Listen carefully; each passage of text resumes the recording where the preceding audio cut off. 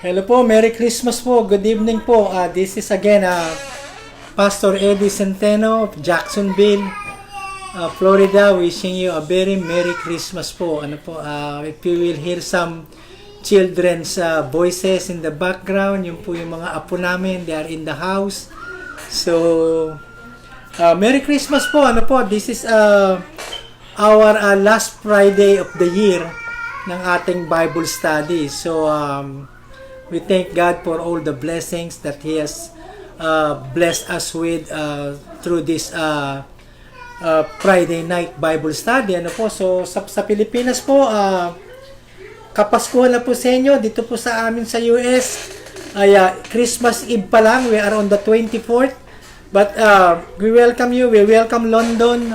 We welcome Philippines, and of course we welcome Australia. It's noon time there, Christmas Day, and also we welcome USA. Thank you po for coming. Again, Merry Christmas po on behalf of my family and behalf of the Filipino Church here in Jacksonville. We all greet you a very Merry Christmas, and it's God's blessing that we can celebrate and enjoy not only a family reunion but enjoy po yung ating kaarawan ng ating Panginoong Jesus. So Merry Christmas po.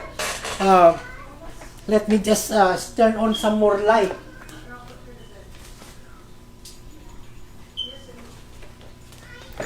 So para po tayo ay magliwanag, po sindihan ko po yung ilaw. So good evening po again.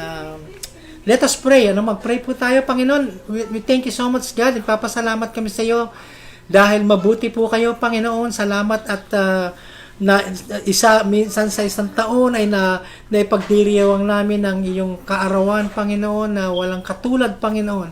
Ang dulot ng iyong kaarawan at dalangin namin sa gabing ito na pagpalain mo ang aming pag-aaral lang yung salita, maging pagpapala ito, higit ka pa namin makilala sa pamamagitan ng iyong anak na si Jesus at sa pamamagitan ng iyong salita na nababasa namin sa Biblia. Salamat po, God. Pangunahan po ninyo kami ng inyong pong banal na Espiritu. Ito po aming dalangin sa pangalan ni Jesus na aming Panginoon.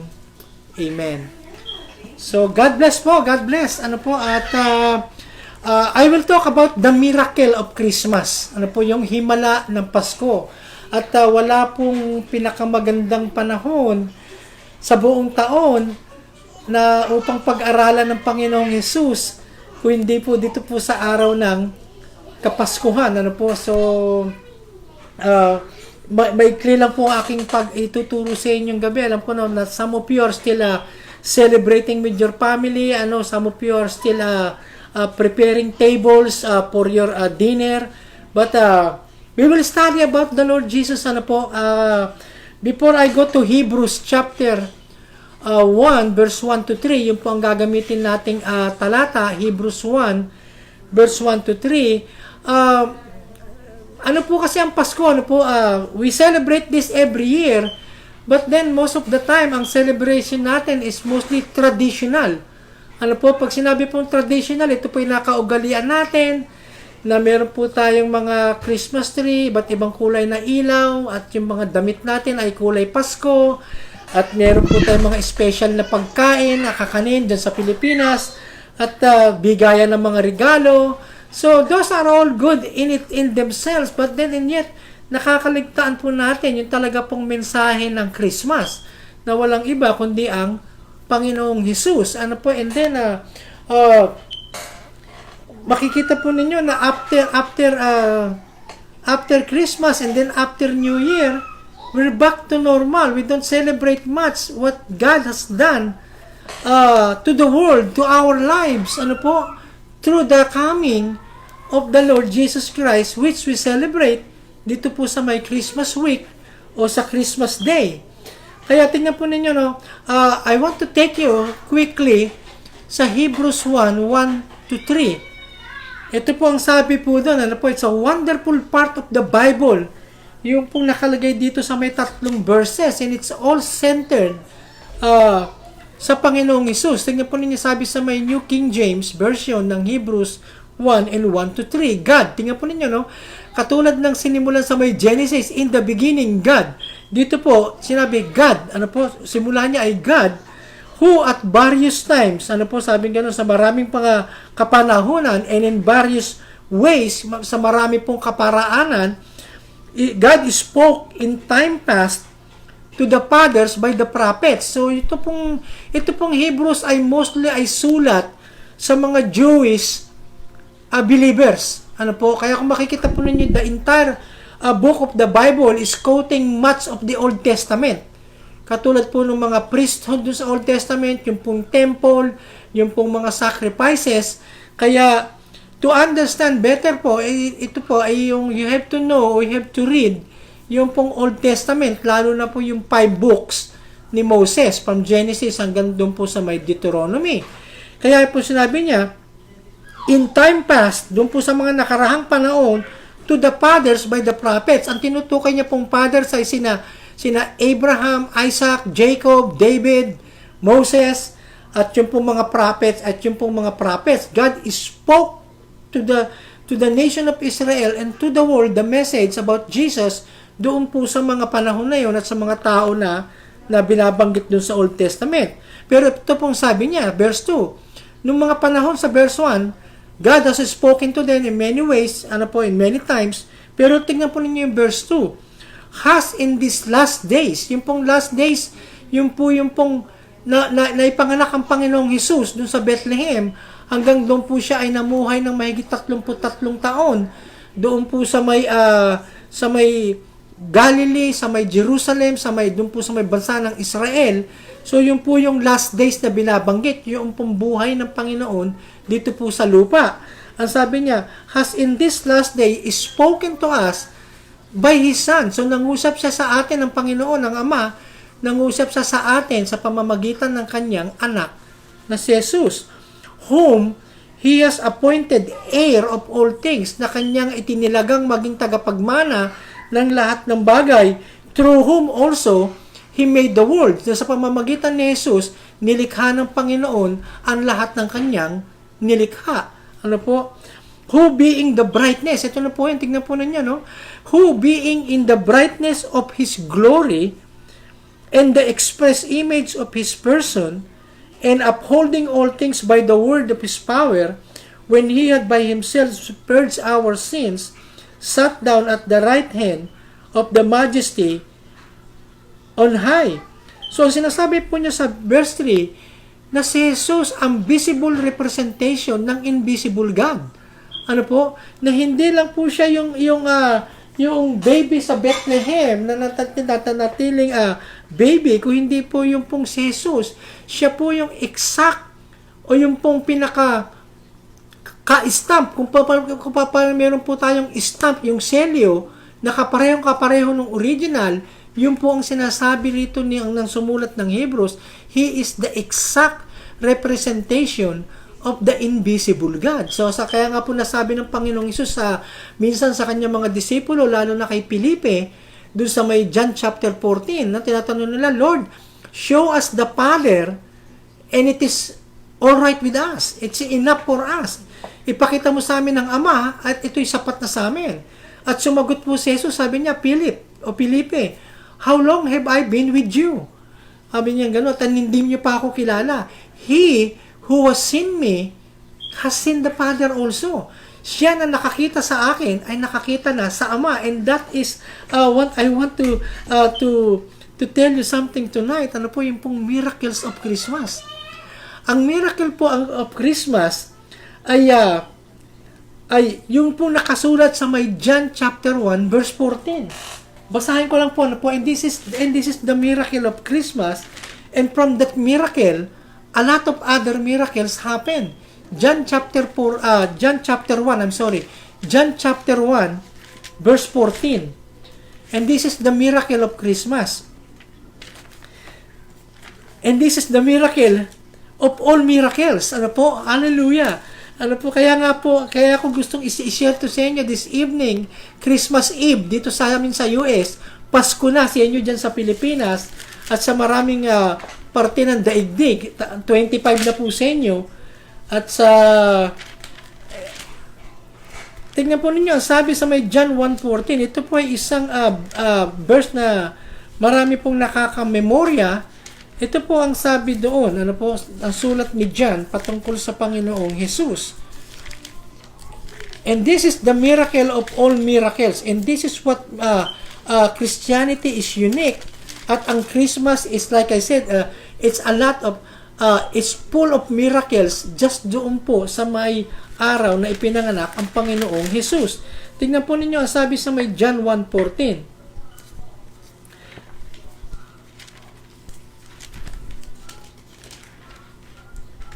Sabi po na, and the Word became flesh. Yung pong word, yung pong verbo, yung salita na binabanggit sa John 1:1, na sabi, in the beginning was the Word, na makikita po ninyo, no, na si Jesus ay nandun na sa pasimula. Ang sabi pong ganun, and the Word became flesh. Siya'y naging tao, and dwelt among us, at nanahan, nakasama tayo. And we beheld His glory, at nakita namin ang kanyang kaluwalhatian, the glory, sabi pong ganun, as of the only begotten of the Father, full of grace and truth. Tingnan po ninyo, no? Ang full of grace and truth, hindi po si Mary full of grace. Ang full of grace po ay ang Panginoong Jesus. Siya po yung punong-puno at pinanggagalingan ng napakaraming biyaya. So, yun po yung sabi gano'n. And the Word became flesh. Ang Diyos ay nagkatawang tao. So, nung pong Pasko, at yung pong ipinanganak ni Mary, si Jesus Christ, makikita po ninyo. And that is the miracle of all miracles, na ang Diyos, na hindi kayang unawain ng tao dahil sa kanyang limited na pangunawa, ay bumaba siya at nagkatawang tao, naging katulad natin upang ipakilala ang Diyos na hindi nakikita, ang Diyos na hindi matarok ng pag-iisip ng tao. He came down and became like us to reveal to us the fullness of God. Ang sabi pong ganun sa may Colossians 1:15, I will just jump real quick sa may Colossians 1:15, almost the same na sinabi sa may Hebrews, pero ito po ang sabi doon ni Paul. Sa Colossians 1:15, ang sabi po niya doon ay Jesus Christ is the image of the invisible God. Ano po kaya niya nasabi? Ulitin ko ulit na kaya po niya nasabi kay Philip at sa harap ng kanyang mga disipulo, He who has seen me has seen the Father. At makikita po ninyo na kakaiba po ang Panginoong Jesus. Hindi lang po siya yung Merry Christmas, yung ginagamit natin na Christ doon sa Mass, na dinagdag doon sa salitang Christmas, na siya lang po yung yung nakikita natin sa maraming nativity scene, na minsan nasabi ko nga traditional, kasi po maraming tao, they just accept things, they just accept a lot of things about Christmas without even asking or consulting the Bible. Alam po ninyo, katulad po ng tatlong hari na nakikita natin sa maraming litrato, sa maraming mga palabas, at sa marami pong mga karatula, makikita po ninyo, nandun yung baby, nandun si Mary, si Joseph, at nandun yung tatlong hari. Ano po? Yung Magi, ang tawag po dun ay Magi. Actually, hindi naman sila mga hari, sila ay mga wise men. Magi, sila po yung mga astrologer na pinadala ni Herodes para tiktikan kung nasaan ipinanganak yung batang Mesiyas. Ano po? Makikita po ninyo na yung tatlong Magi, yung tatlong pong hari, ay hindi naman po yung bumisita doon sa may sabsaban. Bumisita po sila, nasa bahay na, at lumalakad na po ang Panginoong Jesus. Makikita po in the house, na nandun na si Jesus, hindi na po siya infant, siya po ay toddler na. Kaya nakikita po ninyo, pero we accept it by tradition. Sa mga nakikita natin, the three kings, katulad ng sa Pilipinas po, alam po ba niyo na ang Pilipinas, we are the only nation in the whole world that celebrate Christmas 4 straight months. Ano po, we celebrate Christmas every year for 4 straight months, from September 1 to January 6. Ano po yung first weeks of January? And that's a very good thing. Ano po, kaya sa Pilipinas, kapag September na, nakakarinig na kayo ng mga Christian music o ng mga Christmas carols o mga kantang pamasko, kasi po tayo bansa, and I'm so glad about that. I'm so happy about that. I grew up with that.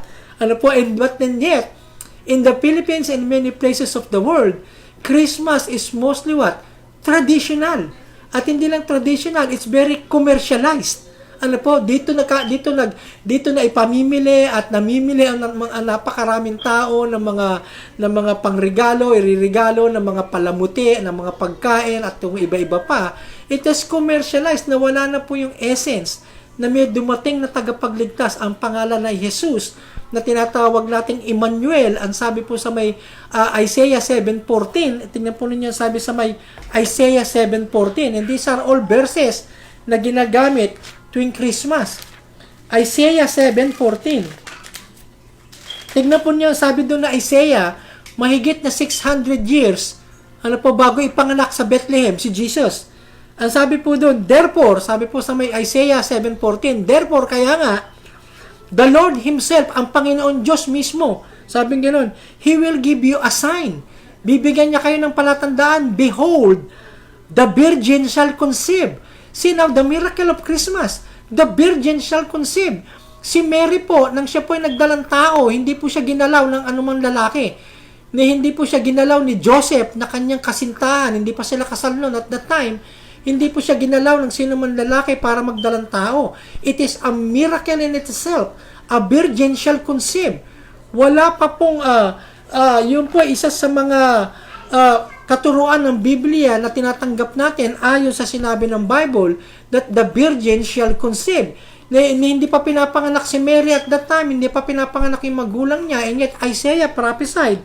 Sabi po niya, ito po yung miracle, sabi niya, the virgin shall conceive and bear a son. Tingnan po ninyo, magkakaroon siya ng anak, and shall call his name Emmanuel.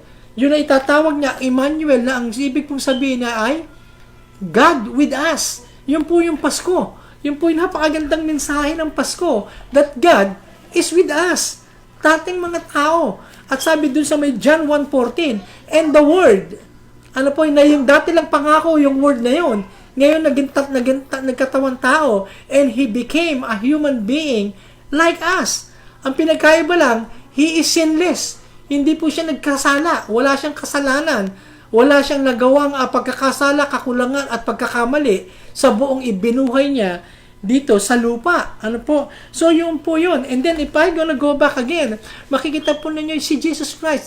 Like I said kanina, if there is a time that we should know Jesus, it's the best time na itong panahon nito, nakapaskuhan kasi ang mga tao ay nakatuon ng kanilang doon po sa Christ ng Mass. Ano po? Ng Christmas.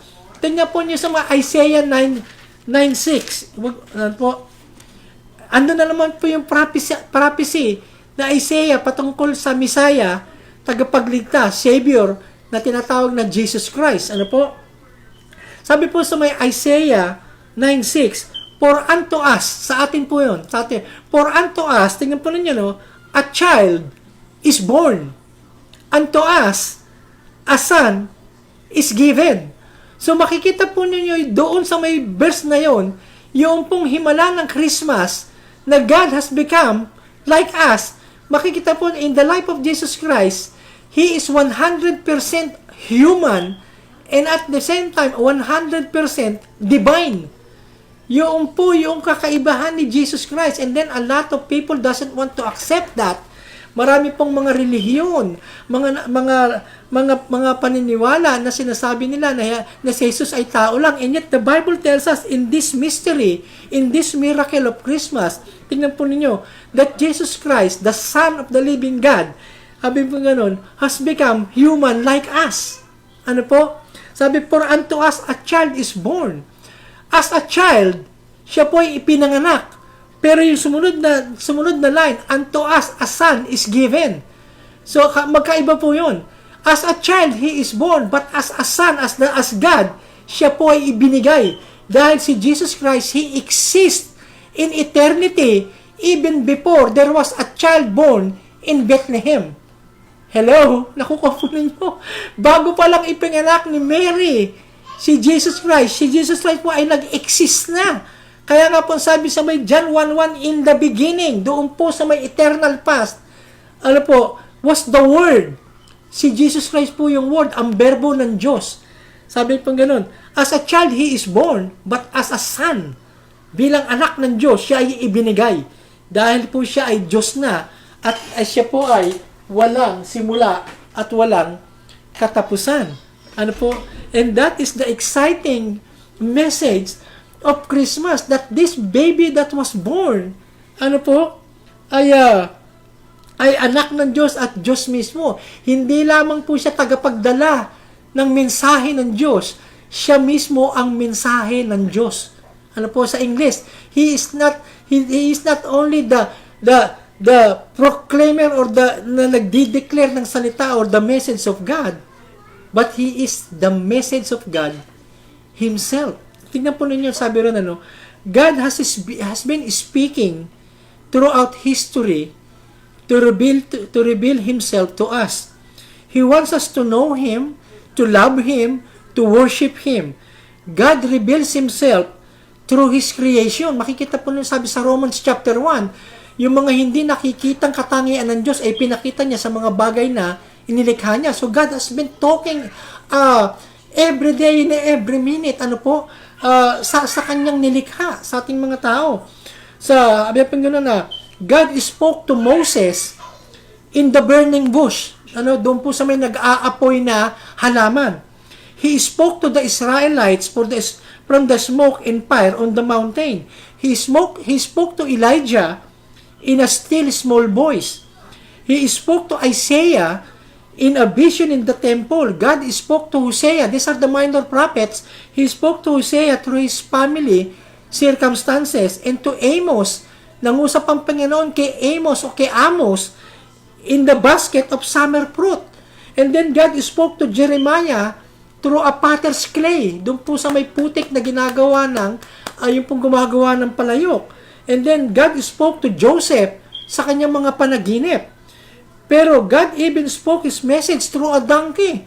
Kung matatanda po niyo yung prophet Balaam, nagsalita yung donkey kasi ayaw niya makinig dun sa angel. So God spoke to him through the donkey.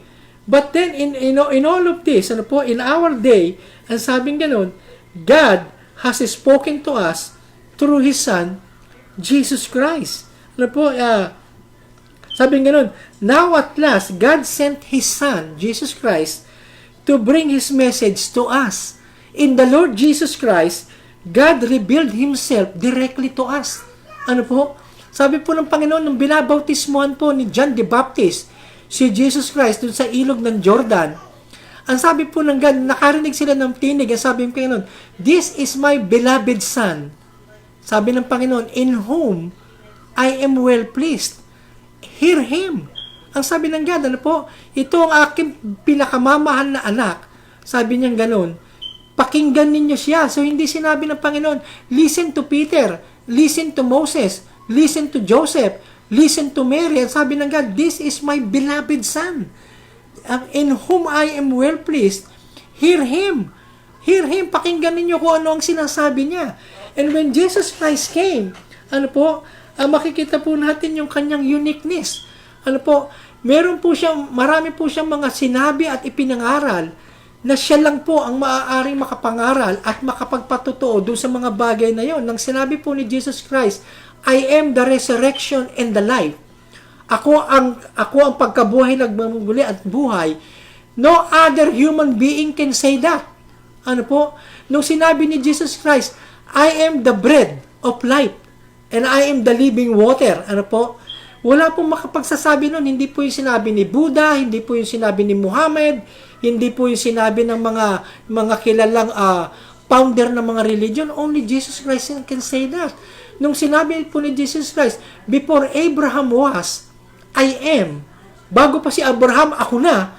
Wala pong ibang tao makapagsasabi nun. At kung meron pong magsasabi ng ganon, sila po ay nagsisinungaling, but not Jesus Christ. Kaya ko po sinasabi sa inyo to kasi nai-excite po ako. Yung pong miracles of Christmas ay si Jesus Christ himself, na kung ikaw ay born again, nakita po yung miracle, it happens miracle upon miracle. Yung pong miracle of Christmas is God became like us. And then, ang sabi po nung sa 2 Corinthians 5:17, and this is the second greatest miracle of all. Sabi ko second kasi po ang greatest ay yung Christmas. Ano po sabi sa 2 Corinthians 5:17? if anyone be in Christ, hindi po niya sinabi na, if anyone is a member of this church, hindi po niya sinabi yon. But ang sabi niya, if anyone be in Christ, ang ibig sabihin ng Christ, he or she has a personal relationship with Jesus Christ as Lord and Savior. Ang sabi po gano'n, if anyone be in Christ, he is a new creation. All things have passed away, behold, all things have become new.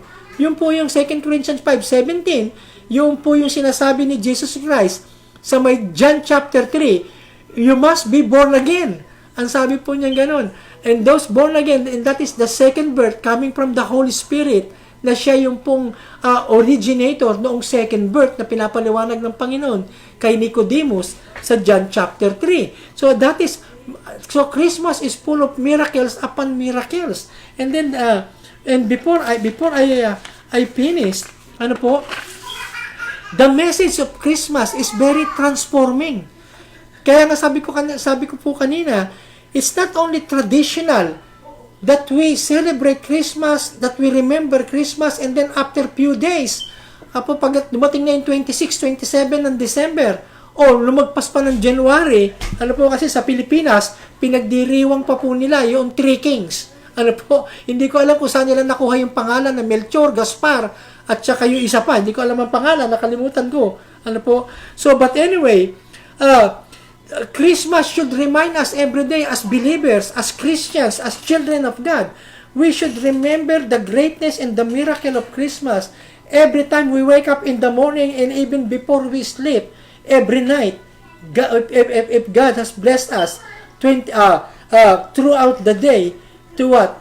To retire at night, and then the next day we will keep on remembering what God has done to us through His Son, Jesus Christ, and what He is continually doing in our lives in the present, and a lot more things in the future. So yun po yung message ng Christmas, and it's very transforming. Kasi once you believe the message of Christmas, it will transform your life. And even po si Mary, we respect Mary. Mary is a blessed woman. Wala pong ibang babae na pinagkalooban at tinawag ng Panginoon katulad ng pagkakatawag niya kay Mary. And yet, when Mary was being told by the angel who that baby gonna be in her womb, hindi niya maintindihan lahat po yun. Kasi po, sino po ba mabubuntis na hindi nakipagtalik sa lalaki? And yet, Mary, siya po ay nagdalang tao through the power of the Holy Spirit. Ang sabi pong ganon, lahat ng sinasabi sa kanya, sabi pong ganon, and Mary kept everything in her heart. Yung mga hindi niya naiintindihan at yung mga nauunawaan niya at yung mga kamanghamanghang bagay na sinasabi sa kanya ng Panginoon through the angel Gabriel ay itinatago niya sa puso niya. It should be the same with us. Kung talagang iginagalang natin si Mary, then we should also keep in our heart the message of Christmas. And the message of Christmas is what?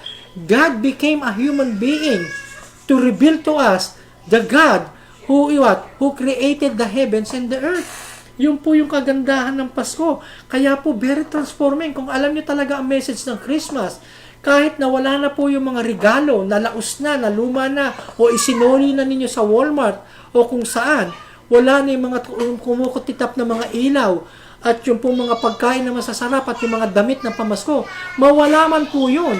Ang Pasko ay palagi mananatili sa puso natin dahil po ang sino mang na kay Kristo ay bago lang nilalang. Yung po yun, sabi nga I came, sabi nga to make known God. Yung po yun, if you see me, you've seen the Father. The words, ang sabi ni Jesus, the words I'm saying to you, they are not my own. Whatever I hear from the Father, that I tell you. Kaya makikita nyo, there's so many ways na si Jesus Christ ay unique. Si Jesus Christ ay unique, yung kanya pong birth. Unique po yung kanyang buhay. Unique po yung kanyang mga katuruan. Unique po yung kanyang pagkatao. Unique po yung kanyang pagkamatay. Unique po yung kanyang pagkabuhay na magmuli. At unique din po yung kanyang gagawing pagbabalik. And it's only true in His person Jesus Christ. Ano po? Kaya, hallelujah, hallelujah. So, the message of God through us in Christmas, ano po, the same message na binigay ng Panginoon sa mga angels, na sinabi dun sa mga shepherd, na nagbabantay ng kanilang mga pastol at that night, bago ipanganak ang Panginoon, sabi niya ganun, joy to the world, the Lord has come. Ang sabi pong ganun, ano, dumating na ang Panginoon, the world has never been the same ever since. Kaya sinabi ng joy, kasi ang daigdig ay madilim, walang kaligayahan. Look at Christmas. Ano po, ang kaligayahan ng mga tao ay pag nakatanggap sila ng mga mahalagang regalo. Pero kapag kayo na po ay naluma, nasira, wala na. And yet, God has given us a gift na hindi naluluma, hindi nalalaos, hindi nababago, kundi nagpapabago sa atin. Ano po? Kaya nga po ang message ko tonight is the miracle of Christmas. And God wants to do a lot of miracles in your life through the miracle of Christmas, who is Jesus Christ Himself. If you have Jesus Christ in your heart, you are a person of miracle dahil nasa sayo ang Panginoon. Na nabuhay, na kumikilos. At sabi ko nga, maglaho na lahat ng jingle bells at silent night. Ano po, mananatili tayo nagpupuri, sumasamba, naglilingkod, nagmamahal sa Panginoon. And that is the message of Christmas I want to bring to you tonight. Ano po? We have a Savior. We have a healer. We have a provider. We have the one who protects us. And we have the one who will finally get us out of this dying and dark world and sick world na punong-puno ng pandemic. God will take us out of this world. And it all began in that day when the Son of God, when Jesus Christ was born in the manger, ano po, and then grew up in that town in Israel, in Jerusalem, mostly in Galilee, at itinuro sa atin kung paano tayo mamumuhay ng kaaya-aya sa Panginoon. So nakuha po ninyo, hindi ko po talaga alam kung bakit tinawag ng Christmas, bakit merong MAS sa huli ng Christmas, MAS. Alam po, hindi ko po alam kung bakit yung salita na yun. Pero po para sa akin, ang ibig sabihin ng MAS, Christmas, yung pong MAS, 3 letra sa huli ng Christmas, ang ibig po sabihin nung para sa akin, most awesome Savior. Hallelujah. Siya po yung most awesome Savior. Kaya yung pong Christmas ay naging awesome day, naging awesome holiday dahil ang Christ na siyang visible representation ng God ay dumating sa lupa, and the world was never the same. Your life and my life was never the same since we met the Lord Jesus Christ. And look at back your life. Tignan po ninyo yung buhay ninyo. Kung hindi nyo nakilala ang Panginoon, where are you now? Anong klaseng tao ka? Anong klaseng kinabukasan meron ka kung hindi mo kilala ang Panginoon? And yet, on the other hand, if you know Jesus Christ, you got everything. Hallelujah. Purihin ang Diyos. Purihin ang Emmanuel, God with us. So yun po. Enjoy Christmas. Ano po? Not only today, not only tomorrow, but every day. Because the Christ that was born in the manger is there in your heart. He reigns in your heart by faith if you are a born-again Christian. But if not, this is a good day for you to accept the Lord Jesus Christ. You have accepted a lot of gifts or some gifts or no gift at all. But the gift of God, the eternal gift of God is free for all. It was free then, it was free now, and it will ever be free. Dahil ang Diyos ay mabait, mapagkaloob, at siya po ay mabutihing Diyos. So, if you haven't received the Lord Jesus Christ, ask Him, Lord, come into my heart. I ask forgiveness, Lord. I ask forgiveness from all the sins that I've done against you. And this time, this is special day of the month, this is special day of the year, I'm accepting you in my heart as a gift. Your forgiveness as a gift from you, and your eternal life as a gift na tinatanggap ko. And from now on, I will live my life for the glory and for the praise of the Lord Jesus Christ, my Savior. God bless you all, God keep you all, and God keep you all safe. See you next year, and be safe. Rejoice in the Lord always. And again, I say, we rejoice. Amen. Merry Christmas po. From Pastor Eddie Centeno, from my family, from our church in Jacksonville, we all greet you a very Merry Christmas. And may your New Year be filled with God's favor and with God's blessings. God heal you, God touch you, God provide for you. In Jesus' name, amen and amen. God bless po.